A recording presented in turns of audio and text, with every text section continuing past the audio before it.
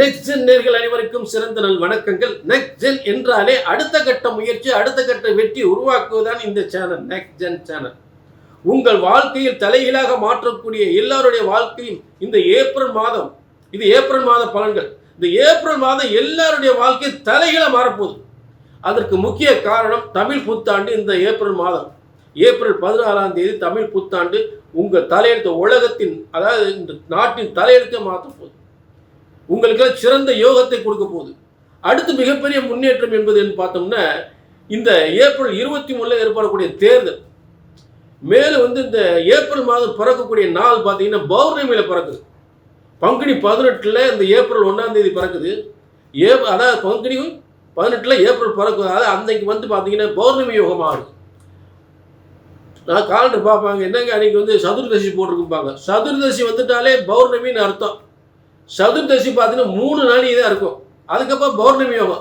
அப்போ இந்த பௌர்ணமி யோகத்தில் இந்த ஏப்ரல் மாதம் தொடங்கும் பொழுது, இந்த ஏப்ரல் மாதம் ஏகப்பட்ட பேருக்கு தலையெழுத்தே மாறப்போகுது.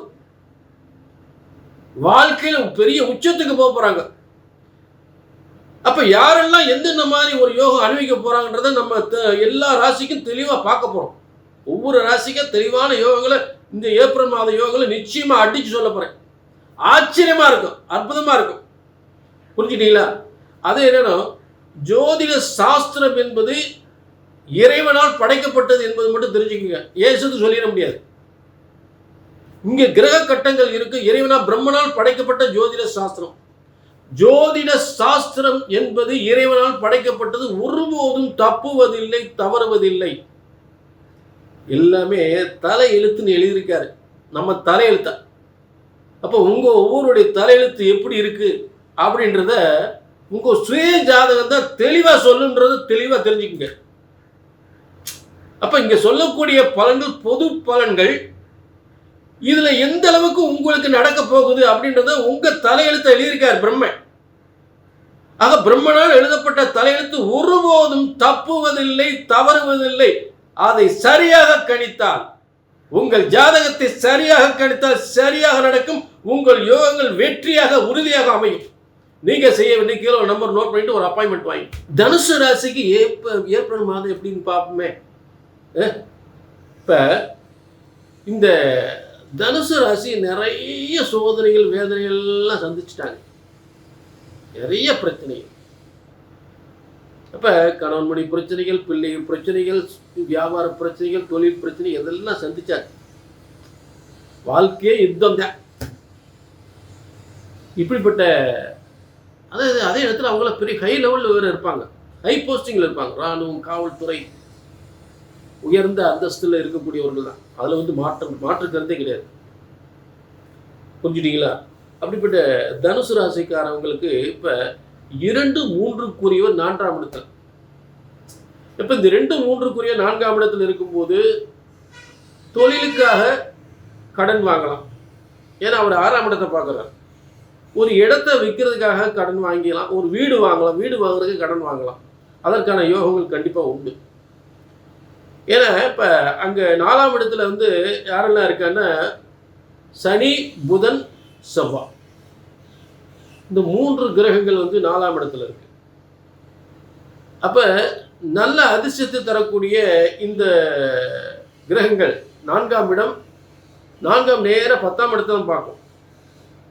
அப்ப இதுவரை தொழில் முடக்கமாக இருந்தவர்களுக்கு ஒரு தொழில் முன்னேற்றத்தையும், புதிய தொழில் உருவாக்குறோம். புதிய தொழில், அதாவது தொழிலே இல்லாதவங்க தான் புதிய தொழில். ஏற்கனவே தொழில் பார்க்குறவங்களுக்கு புதுசாக தொழில் ஆரம்பிச்சிடக்கூடாது.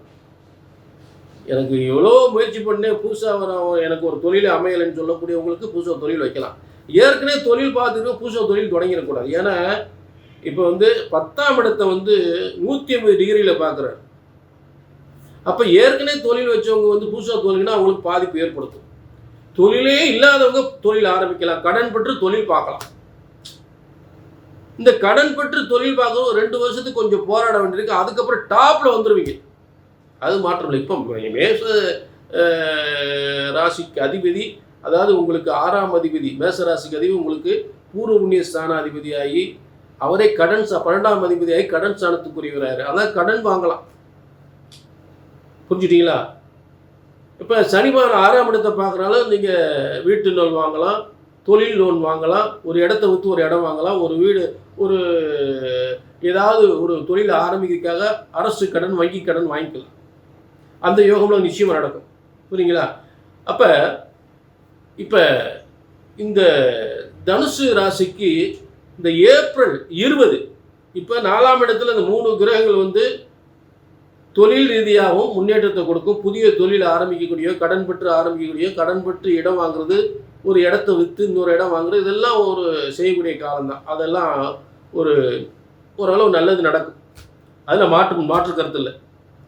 இப்போ இவங்களுக்கு என்னன்னா, இப்போ ஒரு பதவிக்காக ஒரு ஒரு புதிய பதவி, ஒரு அடுத்த கட்ட மிகப்பெரிய பதவிக்கு எதிர்பார்க்குறவங்க, அதே நேரத்தில் ஒரு தொழில் ரீதியாக நல்ல பேரும் புகழ் அடையணும், நல்ல தொழிலில் முன்னேறணும்னு நினைக்கிறவங்களுக்கு ஏப்ரல் 20க்கு அப்புறம் ரொம்ப சூப்பராக இருக்கும், பிரமாதமாக இருக்கும். ஒரு அதிகாரத்துவம் வாய்ந்த உத்தியோகம் கிடைக்கும். போட்டி தேர்வில் ஈடுபட்டு வெற்றி பெறுவது, நிறைய வாய்ப்புகள், நிறைய ஒரு பெரிய போஸ்டிங் வரலாம், பெரிய ஹை லெவலில் வரலாம்.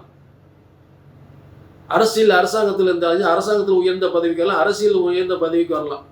ஒரு ஹை லெவலில் பிரமாதமான முன்னேற்றம் உங்களுக்கு உண்டு ஏப்ரல் 20க்கு அப்புறம். புரிஞ்சுட்டீங்களா?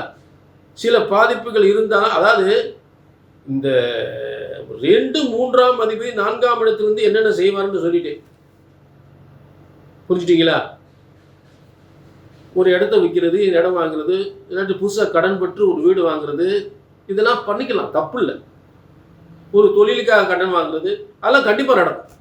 இது முன்னேற்றத்தை கொடுக்கும். முன்னேற்றமே இல்லைன்னு சொல்லலை, கண்டிப்பாக முன்னேற்றம் கொடுக்கும். புரிஞ்சுட்டீங்களா?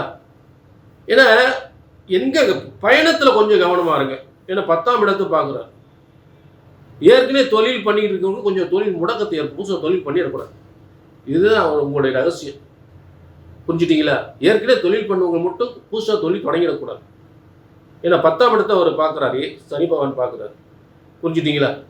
புதிய மாற்றம் என்ன இந்த ஏப்ரலில் என்ன அப்படின்னா, ஏப்ரல் 20க்கு அப்புறம் புதிய பதவி, புதிய முன்னேற்றம், புதிய சாதனை நிச்சயமாக உண்டு. இது அதே நேரம் ஒரு தனிப்பட்ட ஜாதகத்தை பார்க்குறோம்னா கீழே நம்பருக்கு நோட் பண்ணி ஒரு அப்பாயின்மெண்ட் வைங்க.